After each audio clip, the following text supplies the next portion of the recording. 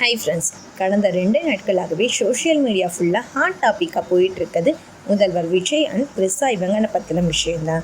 அதாவது செங்கோட்டையில் first time முதல்வர் விஜய் வந்து கொடியேற்றும் போது ஆக்டர் த்ரிஷா ஃபஸ்ட்டு ரோவில் உட்காந்து பார்த்துக்கிட்டு இருக்காங்க. ஸ்பெஷலாக முதலமைச்சர் விஜயோட குடும்பத்தோடு சேர்ந்து பார்த்துக்கிட்டு இருக்காங்க அப்படின்னு சொல்லி இந்த ஒரு விஷயம்தான் சோஷியல் மீடியா ஃபுல்லாக பேச்சு பொருளாகவே மாறிடுச்சு.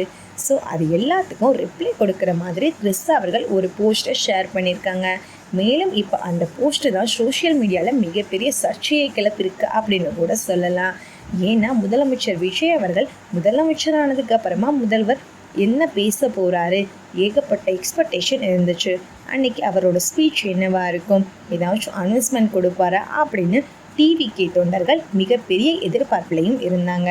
ஆனால் அங்கே ஆக்டர் த்ரிஷாவை பார்த்ததும் அப்படியே அதிர்ச்சி ஆகிட்டாங்க அப்படின்னு தாங்க சொல்லணும். ஏன்னா கடந்த 2 நாட்களாகவே எங்கள் அண்ணனை விட்டு போயிருங்க, இப்போ தான் விவாகரத்து பஞ்சாயத்து முடிஞ்சிருக்கு, நாங்கள் சந்தோஷமாக இருக்கோம், குடும்பத்தை பிரிக்காது அப்படின்னு சொல்லி த்ரிஷாவை வச்சு செஞ்சுக்கிட்டு இருந்தாங்க. ஸோ இந்த மாதிரியான ஒரு பரபரப்பான சூழலில் த்ரிஷா அவங்களோட இன்ஸ்டாகிராம் பேஜில் ஒரு போஸ்ட்டை வந்து ஷேர் பண்ணியிருந்தாங்க. இது நெட்டிசன்களுக்கு இன்னும் மிகப்பெரிய தீனி போடுற மாதிரி ஆயிருக்கு. ஏன்னா அந்த போஸ்ட்டில் அவங்க மஞ்சள் புடவையோடு இருக்க ஒரு ஃபோட்டோவை ஷேர் பண்ணி அதோட பேக்ரவுண்டில் மணிரத்னம் சார் டைரக்ஷனில் வர இருவர் படத்தில் வர நறுமுகையே சாங்கை வந்து ரன் பண்ணியிருக்காங்க. இருவர் படம் அப்படின்னாலே நமக்கு ஞாபகம் வர்றது 2 பொண்டாட்டி வச்சுருக்க மிகப்பெரிய அரசியல்வாதியோட கதை தான்.